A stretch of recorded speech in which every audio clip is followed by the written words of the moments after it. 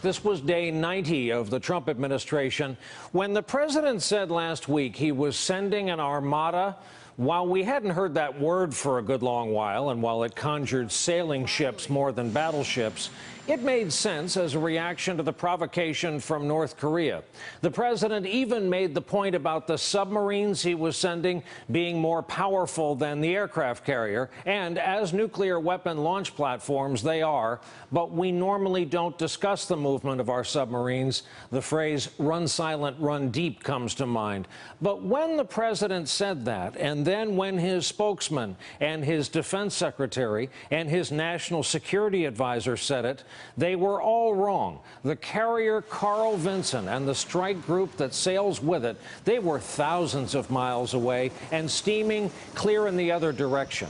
Here is the administration last week on all this versus what we heard today. Why the carrier strike force to the Korean Peninsula?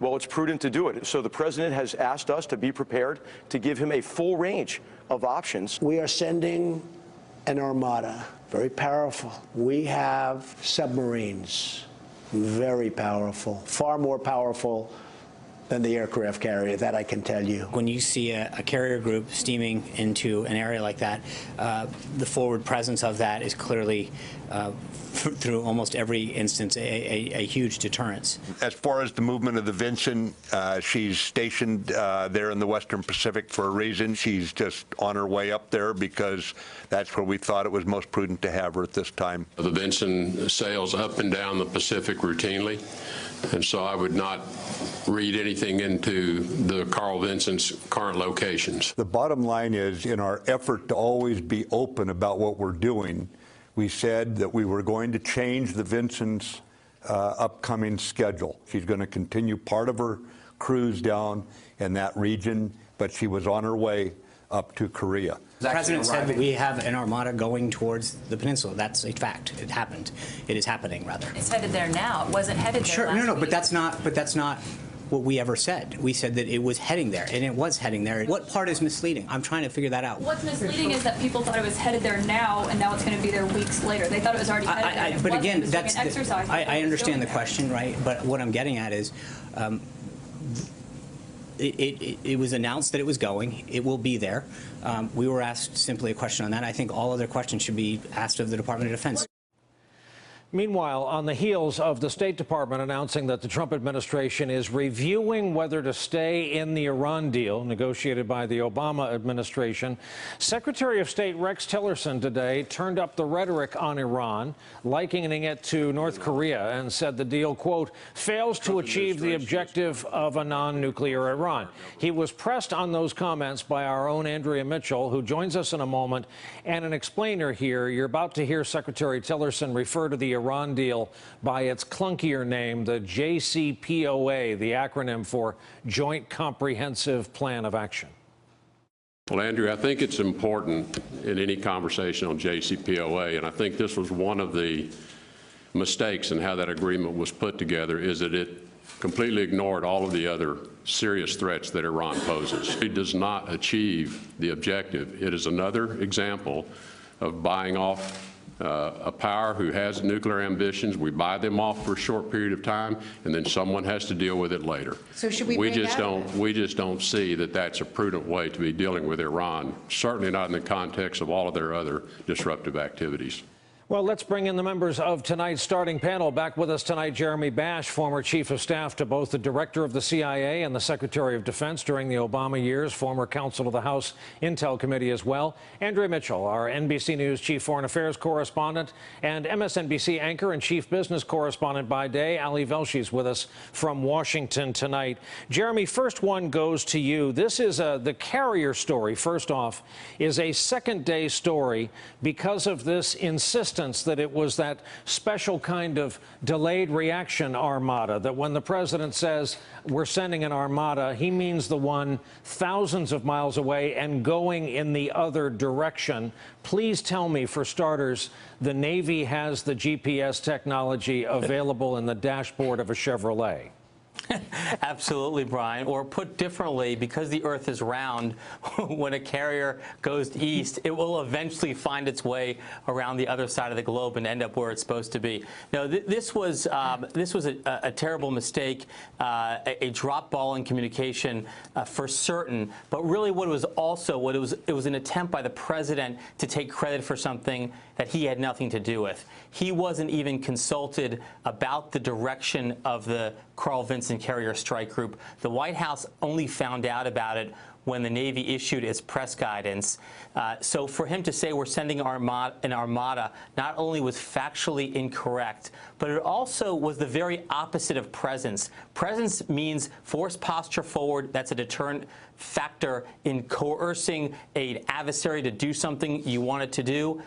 This was absence. We weren't even there, and so our allies tonight are questioning our resolve in this particular crisis. And Ali Velshi, this is, as Jeremy points out, more than a messaging foul-up. I heard someone today refer to this as the broken watch theory of carrier strike groups. Twice a day, somewhere there's a carrier strike group, at least in the direction of the Korean Peninsula. This was, as Jeremy says, a message sent out.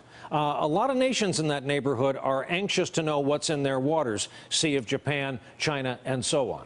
Yeah, not just our allies and neighbors there, but our 28,000 troops that are stationed in South Korea. This tone with South Korea has ratcheted up higher than it's been in a long time. And by the way, let's remind everybody, this goes back to the Nixon administration. Everybody has come in all hot about what they're going to do about North Korea, and everybody's ended up with a different plan. So we've got servicemen and women stationed there who were looking for that backup. And if you're not sending them, just don't say you're sending them. You'll notice in the language on those clips you used, they kept on talking about the Western Pacific. To Jeremy's point, it's a round globe. The Western Pacific is a very, very big, non-specific area. So again, is it a communication foul-up? Was it deliberately not meant to be specific about the fact that they're going there? A couple times in the last 10 days, we've heard Sea of Japan and Korea. But this is just, it's weird, it's damaging, and it can't possibly have been calculated to have good effect, notwithstanding that North Korea thought there was an armada or a flotilla heading toward them, and now they found out it isn't.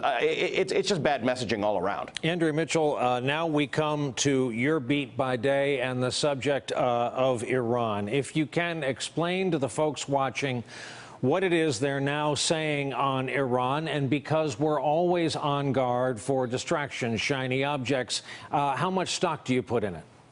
I think a lot, because the president wants to deliver on the promise to rip up the deal. But the reality is it's very hard to rip up a deal that 6 nations, including the U.S., negotiated, and that before midnight last night, they did what they had to do, is to certify every 90 day to Congress that Iran is either complying or not complying. And what they certified last night around 11:15 was Iran is living up to it. It's not cheating on the nuclear deal. So now they are amping up or raising the ante, let's say, and suggesting that the other things, bad things that Iran does, it's on the state sponsors of terror list. It not only supports terrorism around the Middle East, but around the globe. Hezbollah, we know how active they are. You see what they're doing in Yemen. So there's a lot against Iran right now, not only terrorism, but arresting U.S. citizens, human rights abuses. This is one of the few instances where this State Department and this president is talking about human rights abuses. Here they just, the president just praised Erdogan. He welcomed al-Sisi from Egypt into the Oval Office. He never criticizes Putin, and went to Beijing without the press corps, without really, making the statement of human rights that has normally been made. But in this case, they're blaming Iran for its very apparent human rights abuses and listing all of these other things. Well, the difference was that the U.S. and the other 5 countries walled off all those other things. They said it is more important to stop Iran for at least 10 years from ramping up and getting a nuclear weapon. They're 3 months to a year away from achieving that terrible goal. So if we do this deal, we will ignore everything else bad that they're doing. There are still sanctions by the U.S. against Iran for missiles, for terrorism, for human rights abuses, and not from some of the other countries, but the U.S. still has these other sanctions. But we will focus on this nuclear issue and prevent them from getting nuclear weapons. And if they don't have a nuclear weapon, their missiles, will be less dangerous, but we're still sanctioning them for that. And but for him to say that Iran is in the same category as North Korea is just not accurate. North Korea has 13 to 30 nuclear bombs. Jeremy Bash, that's exactly the point I also want to run by you. Andrea's last point there. When you hear and see the Secretary of State, it can be scary to Americans who are used to living in a scary world by now. When you hear Iran could turn into North Korea, the difference today, of course, North Korea has nukes. Is that hyperbole or is that actually helpful? But look, in 2009, when Obama came into office, one of the first things that the new team was briefed on was the underground centrifuge facility that Iran had at Qom, at Fordo. There were centrifuges in there at Cascade Hall that was spinning. They were enriching uranium and basically covertly marching towards a nuclear weapon.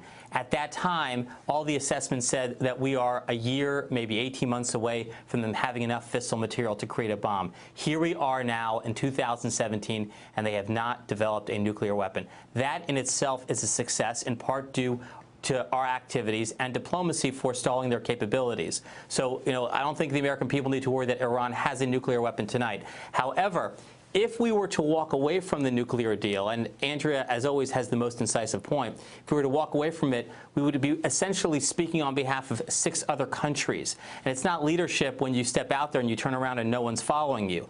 We did this deal with other countries. If we were to impose sanctions again, then Iran would feel free to abrogate. They would spin the centrifuges again and march towards a bomb. Meanwhile, we have many other ways to get tough on them on terrorism, and we should do those things. Abrogating the deal after we've already given them the money, I'm not sure gets us much. Ali Velshi, the broader question, do you see a foreign policy in here?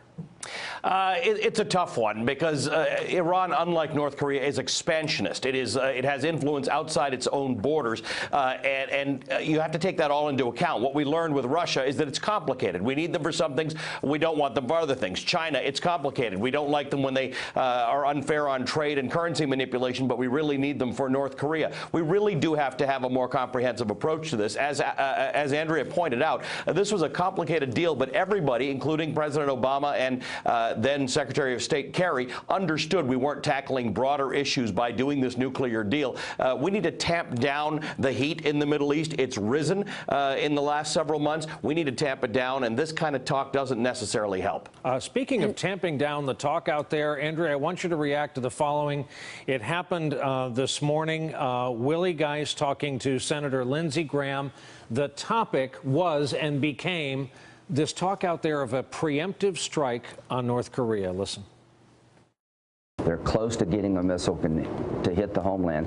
Now's the time to stop. So we're on a collision course with these guys. You'd be for a preemptive strike? If that's what it would take. I'm not going to allow, with my vote in the Senate, North Korea to develop a missile with a nuclear weapon on top to hit America. Not going to happen. China can stop it if they want to. If they don't, I think President Trump will. Andrea, you know the world as well as anybody. Give us a reality check. Well, Lindsey Graham is a leading member of the Armed Services Committee, and he and John McCain are talking to the president and are influential people. But Barry McCaffrey, last Thursday, I believe, on your program, Brian, warned that this just does not make sense. A preemptive strike, first of all, we don't know where all of their nukes are, and they have mobile launchers.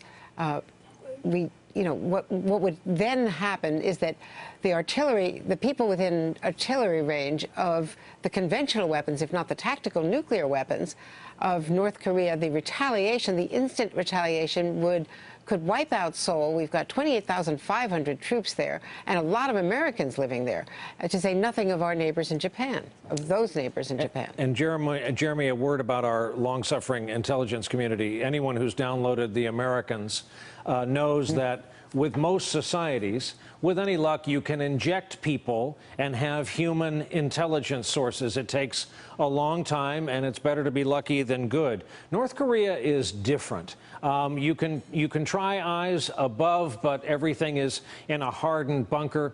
There's no way you can inject an American who's going to send back reliable intelligence. So to Andrea's point that it's a game of whack-a-mole, if you're talking about a preemptive airstrike, that target list would be seemingly endless.